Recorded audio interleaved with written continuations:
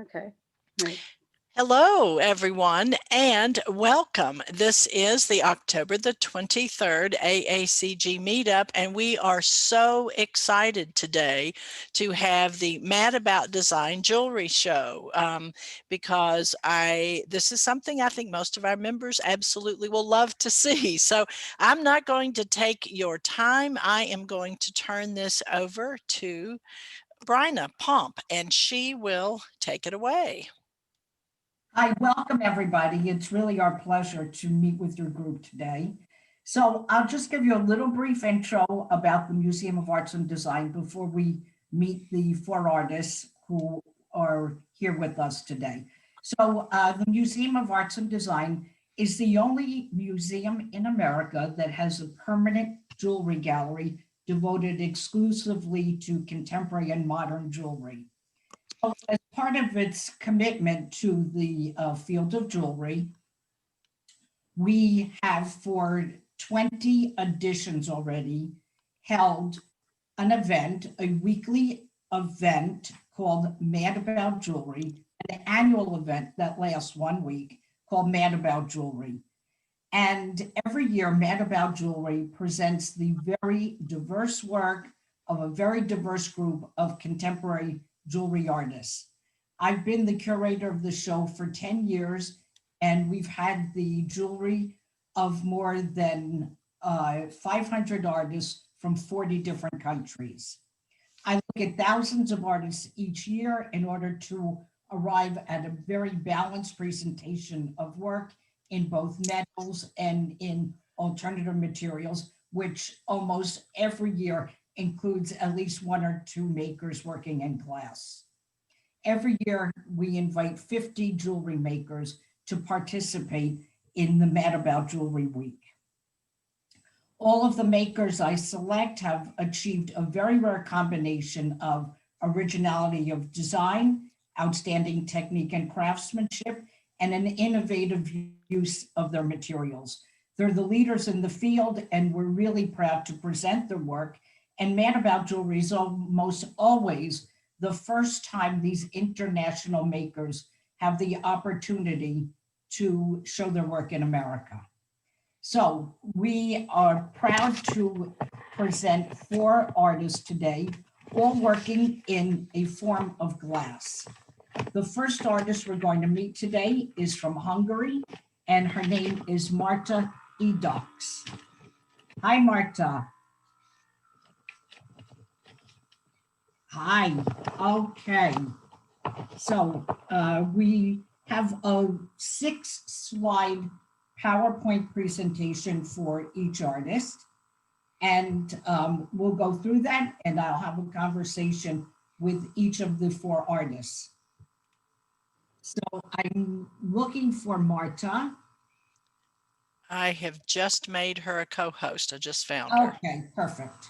Okay. So she should be able to unmute herself and join us. Hi, Marta. Hi. Hi, everybody. Hi. I'm so excited to be here with you. So while we're looking at this first slide about that shows you at your bench. Yes. Tell us about your background. Did you study both glass and silversmithing in school? Because your jewelry is a very unusual combination of both glass and metal. Yes, you are right. Well, I didn't have the traditional education as many jewelry artists had. I decided at the age of 14 to be an artist, and I was really conscious about my goal. And I learned to draw, had a glass artist and a painter who were my teachers.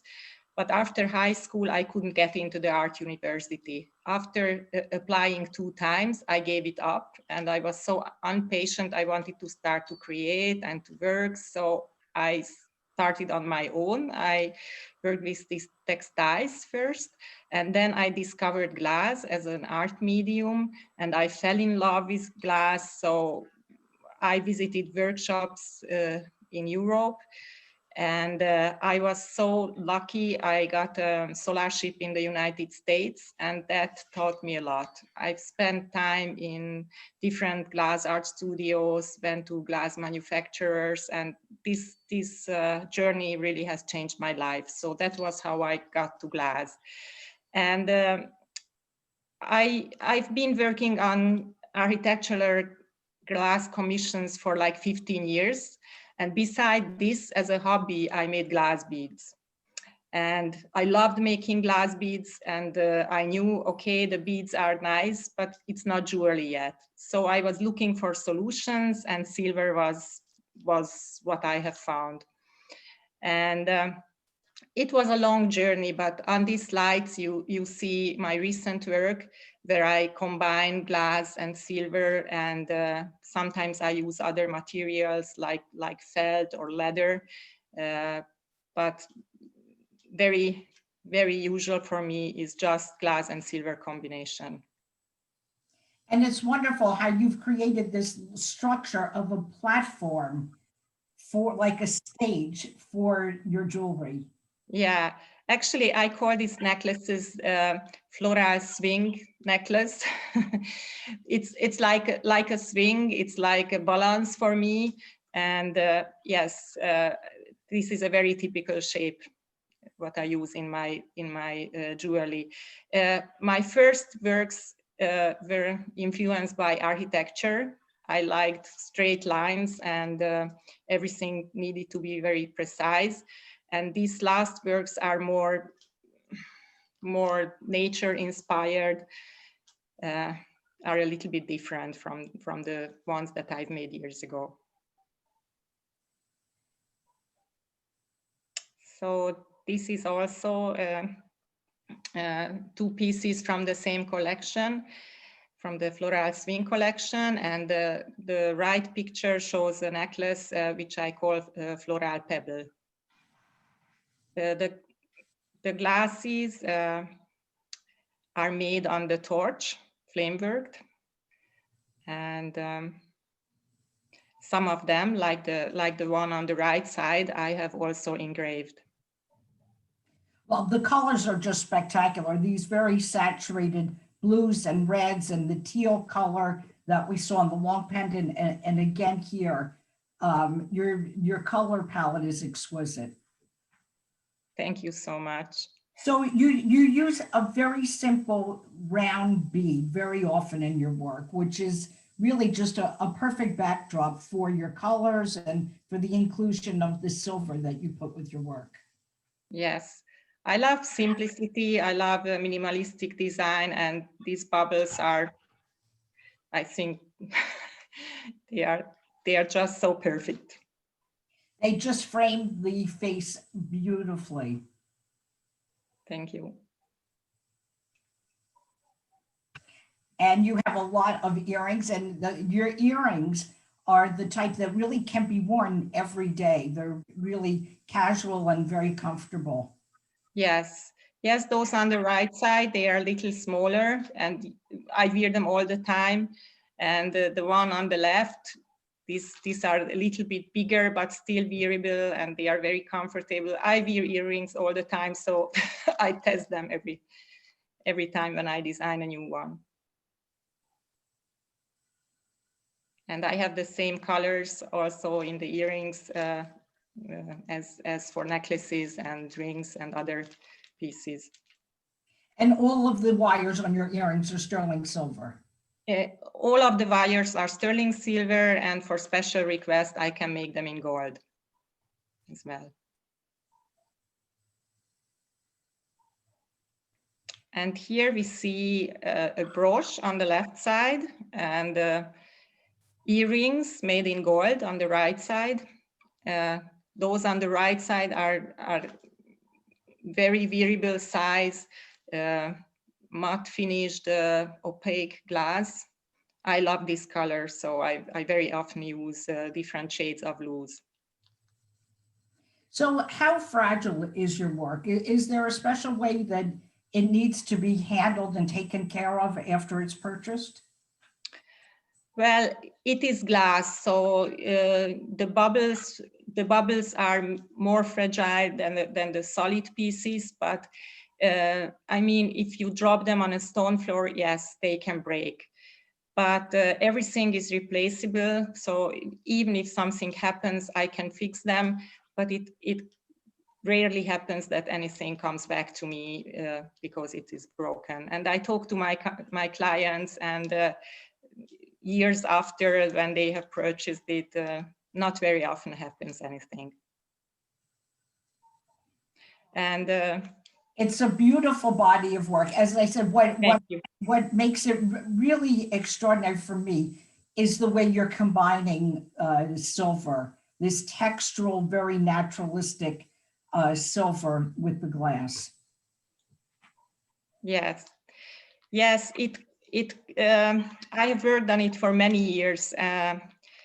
Long ago, I have discovered precious metal clay, and I fell in love with this material. I created little imprints of flowers, seeds, and anything what I have found in the nature, even if I didn't know what to do with them. And these tiny elements were sitting in a drawer for years, for waiting something to happen to them.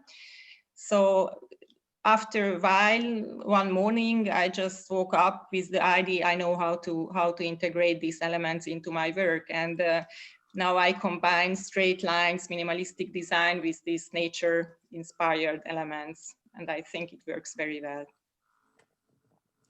Thank you, Marta. Thank you. We'll get back to you in the second part of the program during the Q&A with all four artists.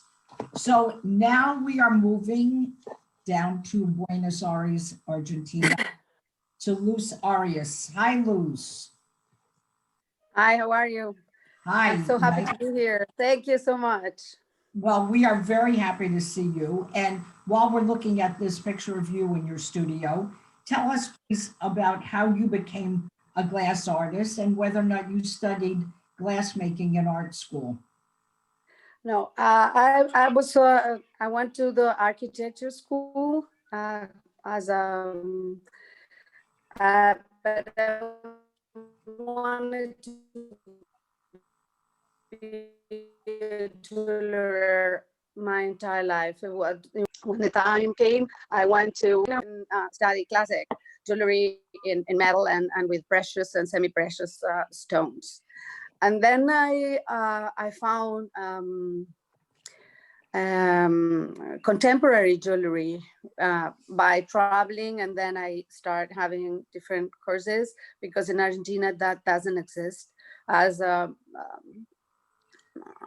school, digamos, as a traditional instruction. So I went to Alchemia in Italy, and then I have courses with Ruth Peters and Edith Eichenberg. It was all around the world. I went to, and I work in different materials like wood and Japanese lacquer, but always I have in mind glass. I'm a glass collector myself. I love glass.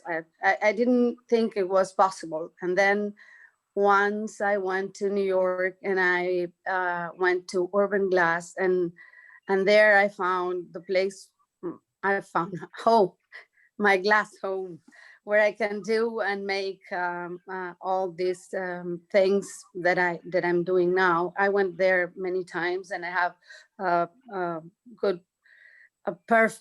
great teacher, Amy Lemaire, in there, and everyone received me with the really nice. So my work is in borosilicate now. I work in particular glass, which is borosilicate, and I work with this torch that you can see. I blow some pieces and I do some solid work as well.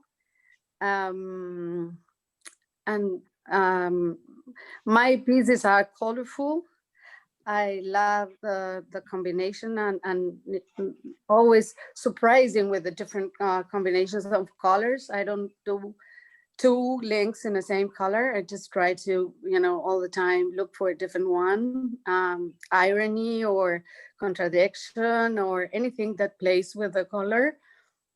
my work is I like about the glass that it's melt. It's like having many materials in one. So you have it at the moment is like liquid, and then it's solid, and then it's fragile, and then it's cold, and it's hot, and all that things. I want to show it in my pieces. I just like to have like the to hold that moment of the glass being melted. So you will see that they look glossy, they look like watery. I don't know if that word exists, but you know what I tried to say, that they're just that one, they show that once they were melted, and I like that about my pieces. I want to show that.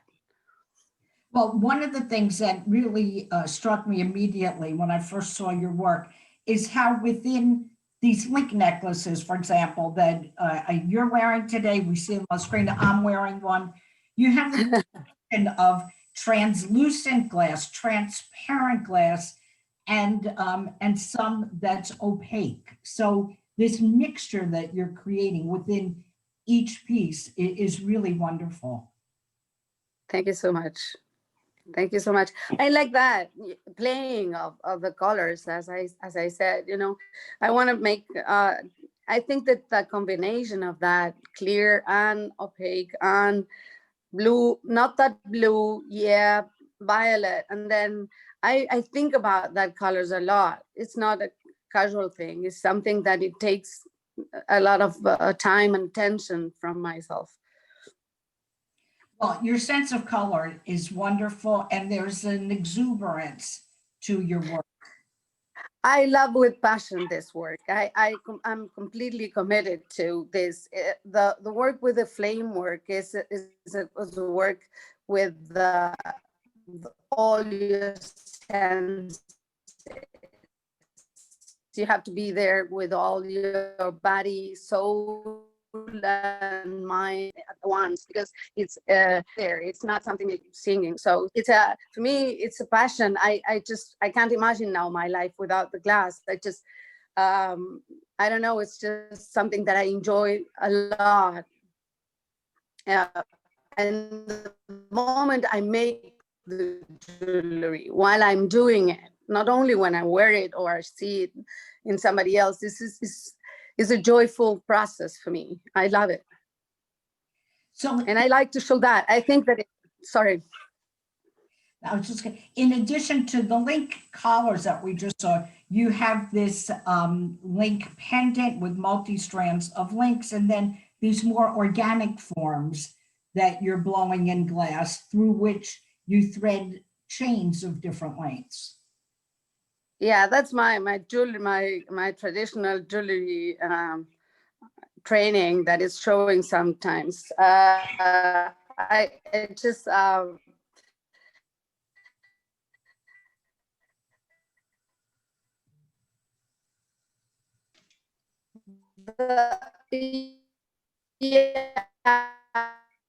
I below that they are very appealing. Transparent.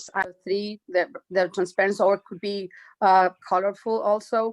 But it's something that it's like there's some sense of getting close with this sense of touching. You know, like something that it's familiar to the body. That is why organic forms appeal. There's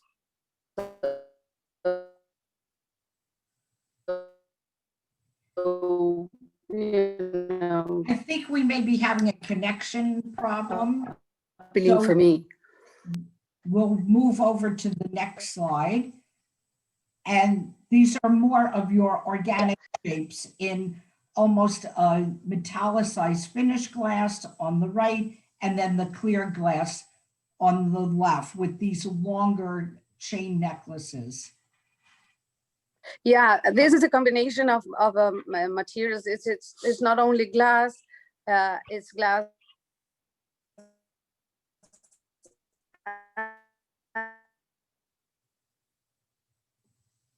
and copper. This mesh here because of the fire. that it's so hard for the material, so it melted and go away. And sometimes when I put it inside the piece, it gives the glass this kind of colors. They're some kind of unpredictable, because sometimes it's just drops of copper inside, sometimes it's all the piece came to a different color. And I like that unpredictable finish, and I enjoy that very much when I do it. Well, I'm sure the sense of discovery during the making process really is a highlight of your work. Absolutely. Well, that is amazing, because sometimes it's just little drops of copper at the end. You know, you can't imagine what the mesh come to. So yeah, it's fun. And here we're looking at two pairs of your, And these are, a bit asymmetric, which I love. yeah, these are two as well. They have silver way of wearing. The pins are silver, and yeah, I like asymmetrical earrings as well, and colorful. So yes, they give a frame of a face I like a lot, because you can look at yourself like in a different way. So yeah, these are the earrings. Well, they're very sculptural and the colors are fantastic. Thank you so much. Thank you, Luz, and we'll be back with you in the second part of the program for the Q&A. Thank you so much. Really appreciate it. We are moving now to the UK. The next two artists are both from the UK, and we're going to start off with Francesca Marcenaro. Hi, Francesca. Hi, so nice to see you.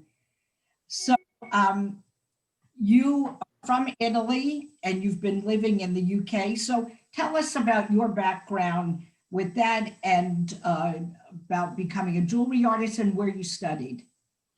I did classical studies, actually. I studied Latin, ancient Greek, art history, to become a lawyer for 20 years.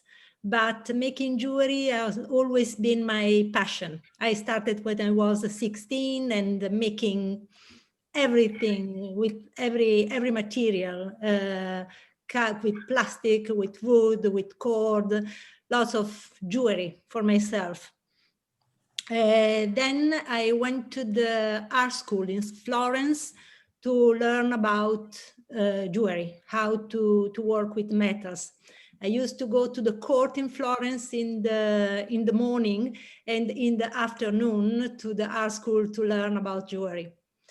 And I started to make proper jewelry with Murano glass beads. I used to make big necklaces with Murano glass beads. My passion has always been Venice, the town of Venice. And I had fun going to the warehouses to find the old Murano glass beads, actually. And now I went then, after 20 years of law, I decided to follow my passion. And by chance I went to London, and I continued my education with different courses, like enameling, like more making, engraving, also resin, titanium, niobium. I like to learn. I like to you see, those necklaces are the have a lot of my story inside, because they are made with silver. I like very clean shapes, and on the top, on the left, there is blue topaz and glass, and on the right is citrine quartz and glass. The glass I use is in a different way than my colleagues. I use these glass granules.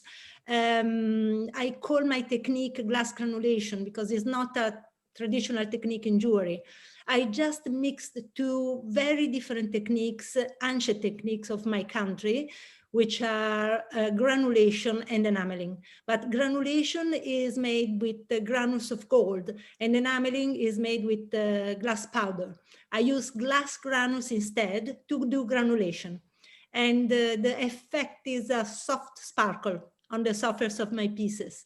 I really like the light going through the glass and giving those reflections every time very different, you know, because they are very, the effect is a random design, and the light changes every time from every point of view. Well, it's a fantastic incrustation of the surface that you're making with these very small millimeter glass beads and the semi-precious that you're using with it. Yes, actually, I really like the contrast between the softness of the look of my pieces and the strength of the metal. I work also on the surface of silver, in this case, to make the metal looking like fabric, more like a precious silk.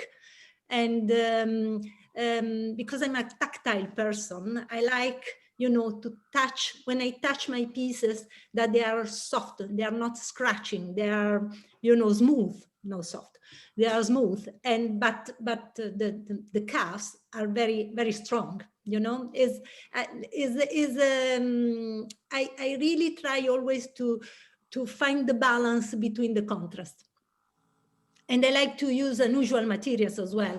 That cuff, the gold cuff, for example, is in silver, gold plated with freshwater pearls and glass granulation. And the blue one is, I can see from my desktop, is probably the pink one. The pink one is silver and glass granulation. They're fabulous pieces. Thank you. Thank you very much. See two other different colorations in your. Yeah, it's interesting how the same material, if I change the background, the effect is completely different. On the left, you can see a cuff which is in silver, like the right one, but is oxidized, partially oxidized. And you can see that the granules are exactly the same, but on the left, they have the background of the oxidized silver. And then there is also opal on the left. On the right, the black dots are glass as well. They're very luminous, which is a wonderful surface quality. Is what I try to reach, actually, because I really like to play with light, you know, and working on the silver, like scratching the silver and then putting the granulation is really like playing with light. And with the earrings, is amazing because the earrings move as well. Then is nice to see how the light plays on the surface. Yes, you're wearing a pair of these and they're just wonderful. And these three, I think, are my three favorite color combinations that you've done. I love colors. I really love colors. I'm from a very colorful country, and my inspiration is nature. Then I like to do something which looks like natural, you know, from nature. My inspiration are always also fairy tales. I imagine the fairies living in the woods, in the sea, in the volcano, picking up pieces from nature to adorn themselves. And with this technique, I think the organic look, this technique helps to have this organic look. And every time people look at a piece, they can see something different. I love it. So you also have earrings that sit on the ear in addition to these drop earrings. And I know you make cufflinks and you enjoy wearing the cufflinks yourself. Yeah, I love them. I love to wear, I always love to pick up pieces from my father, from my brother, from my children. You know, men things. I really like to wear something masculine, but and I think also, and then is selfishly, I made the cufflinks also for myself. But also, I really like men with cufflinks. I think it's the best piece of jewelry in a man. Probably is just the one I can see on a man personally. You know, then is, and I also found a particular shape with the cufflinks, then they don't turn, they are very easy to be worn, and they are nice also in the backside, which I like. Well, it's a wonderful collection with really a great breadth of design. Thank you. Really original technique. Thank you. Thank you, Francesca. And now we're staying in the UK and we're going to meet Clair Underwood. And Clair also utilizes the glass beads as surface decoration in her work. Hi, Clair. Hi, how are you? Nice to see you. I'm wearing a pair of your earrings and Lovely. an earring and fabulous brooch that we'll see very close up in the slideshow. Tell us about your background in becoming a jewelry artist and where you studied. So I started off becoming interested in jewelry when my parents lived in Africa, and we saw lots of African adornment, which was very colourful and textured. And I loved that. And so when I started making jewelry, I moved into enamel because you get really rich, saturated colours, bright colours in glass. And so I did a lot of jewelry with enamel, but it was sort of too flat. You kind of, with enamel, I was losing the texture that you get with the beadwork. So then I started adding beads to the surface of the enamel, and then I started just using the beads straight on to the metal. So I studied at 3 different colleges in a foundation course. Then I moved to Loughborough and finally to the Royal College of Art. And when I was there, I did lots of silversmithing, but also sort of attaching adornment to the metal. And I've liked the challenge of working out how to attach the beads to the metal. So I use sort of different processes.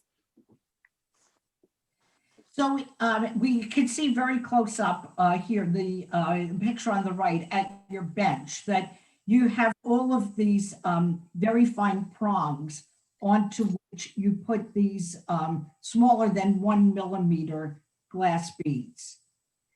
Yeah, so with these particular ones, I solder all the spikes on, then I put the glass beads onto the spikes, and then I can put the whole thing in the kiln, and the little glass beads will melt onto those stalks and hold themselves on because they melted onto the metal.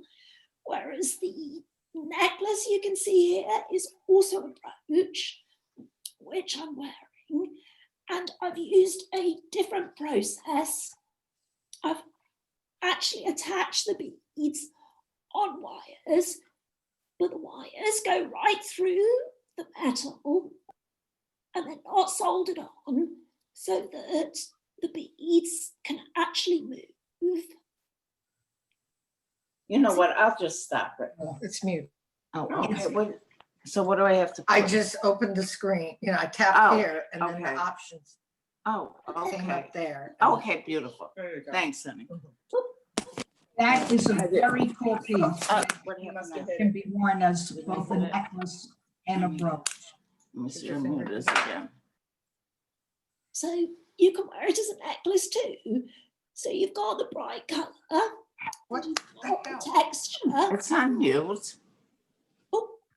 Oh, yes, okay.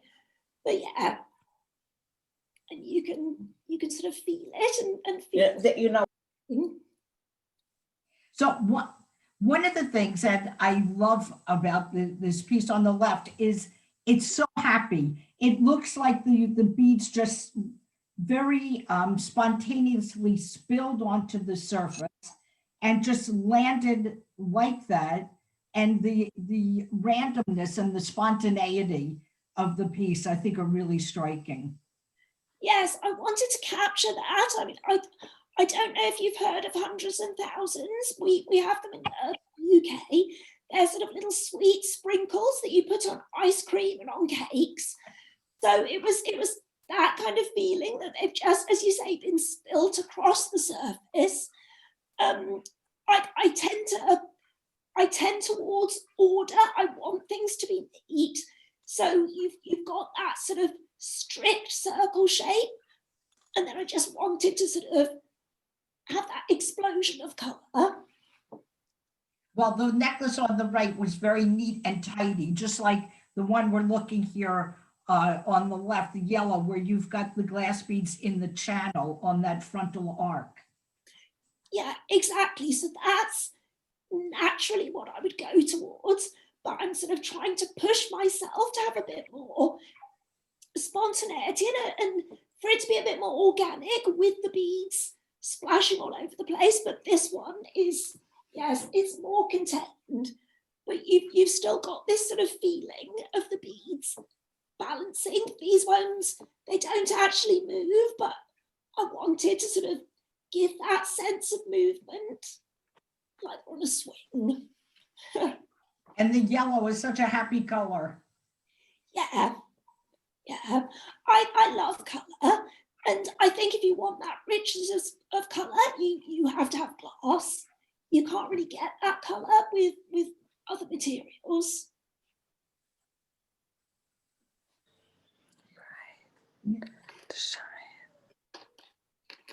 And here we have two fantastic earrings that really could be worn every day. They're just beautiful designs, really wearable, comfortable, lightweight.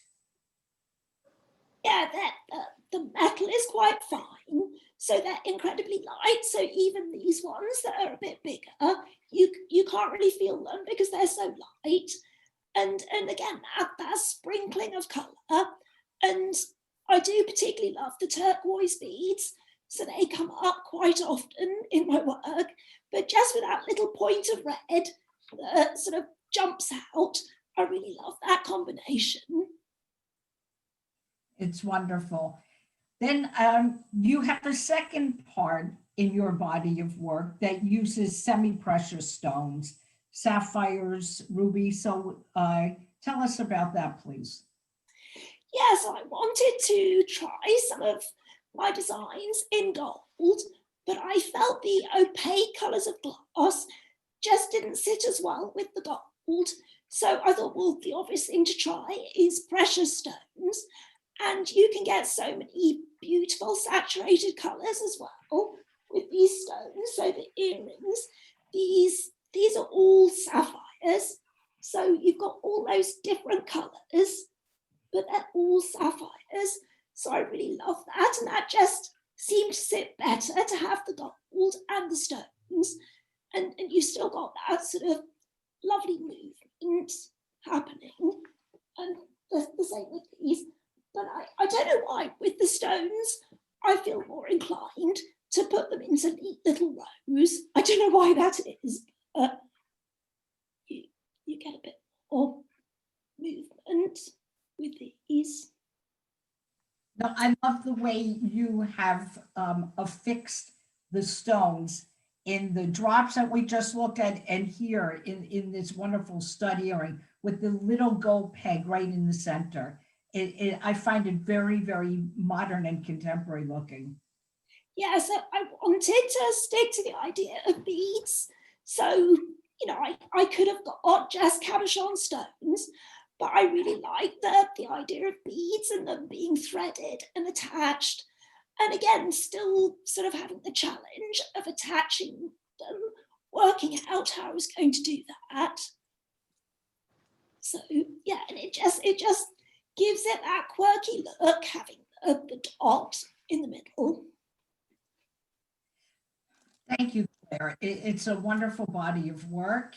And now we'll move into a Q&A when everybody who's in the glass group will be able to ask questions to the four of you. And before that, I just want to mention again that all of the work from all four artists is for sale through the Museum of Arts and Design website. If you go to the website and you go to Mad About Jewelry, you'll see a page for each of these four artists and other artists also who are participating in Mad About Jewelry 2020.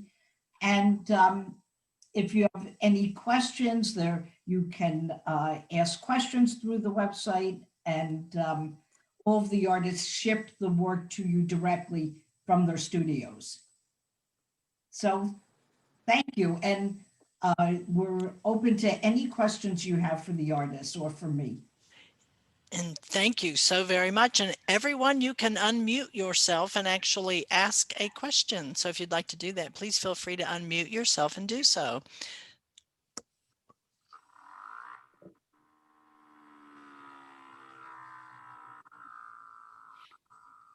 You must have satisfied all of our all of our questions, and it was really beautiful. Do we have a chance to actually see anything at the museum where the jewelry is actually on display? Do you have anything from that by any chance in your repertoire of videos or photographs? I'm sorry, I did not hear the beginning of the I question. wondered if you had any kind of video or photographs of MAD and actually the where the exhibit is being displayed, right? Isn't it on physical display right now, or is it all virtual? No, Mad About Jewelry 2020 is all virtual. Just like really every jewelry exhibition, selling exhibition around the world this year. So as I said, we have 40 some artists participating this year, and we are cycling through all of them since the beginning of September through December. We have a group of artists whose work is on the website for a 2-week period, and then we put on the work of another group, and then it will all come back together in mid-November. So then you will see the work of all 40 some of the jewelry artists who are participating this year. Thank you. Hi, everybody, and this is Emily. I'm also from MAD. I did just want to point out a few things about what is on view at the museum right now. Even though all of the jewelry that we just talked about is all virtual and online, we do have a jewelry exhibition on view currently, which is called 45 Stories in Jewelry. And if we just take a look here, I can show you a couple images of that. And we also have a wonderful glass exhibition. It's from Brian Clark. It's called The Art of Light. And there are 2 floors of Brian Clark's stained glass panels. So if anybody does have a chance to stop by the museum, we do have work being shown that relates to this presentation specifically, all about jewelry. And then we have, like I said, a 2-floor exhibition all about glass. So right up, oh, and actually we're all about glass at the museum right now. We have a Beth Lipman exhibition on our 3rd floor. So we have a wonderful new piece that's part of our collection. So if anybody is interested and does want to stop by the museum, definitely do so. There's a lot of glass to be seen there. And Emily, the museum is open Wednesday through Sunday, is that right? Correct. From, I believe our revised hours at the moment are 11 a.m. to 5 p.m. Right. And our hours are also on the website, and there is information on timed ticketing on the website as well, and on the. Where is this schedule for museum? ticketing. The question is, where is the Museum of Art and Design? It's on Columbus Circle in New York City. Yes, correct. Would you tell guys? I wanted just to make a comment. Luz Arias mentioned that she had a great teacher at Urban Glass named Amy Lemaire. Amy Lemaire was one of our very first Visionary Scholarship recipients. She received a scholarship in 2015 from AACG. So all of you AACG members ought to be very proud of yourself. And you know, I'd like to just go back to Marta for a moment, because Marta did study at Corning, and she has benefited from a glassmaker in America supplying some glass to her. So Marta, would you like to speak about that for a moment? Yes, my story in Corning. So I had Christina Logan as a teacher in Europe, and we became friends. And Christina asked me many years later if I would be her TA in Corning. So I did it for years. I went back every year, and Corning is just the paradise for glass people. It's really unbelievable what's there. There is the library, there is the studio, where different workshops are going on every week. And I love to be there. And in the meantime, I'm also a teacher. I became a teacher. So before pandemic situation, I went back every year to teach. My class was canceled this summer, but I hope to get back soon. So it's also a great place for glass people.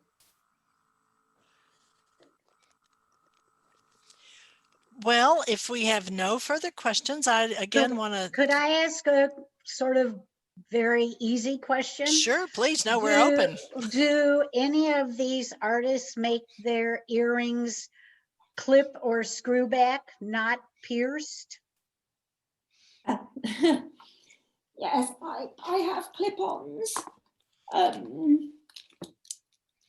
show you. So I have these clip-ons. Ah, wonderful. And the two Mad people, will those earrings be available through the Mad About Jewelry show? Will we be able to see them? Yes, those earrings are on our website. And Great. And if there's tonight, the Illini 73. No, not going to happen. What time's the game? Sorry, I'm going to see if I can mute. That sounds like Neil. Neil. Neil, we can hear you. Mute yourself, please. He did. Oh, good. Thank you. And if Sorry.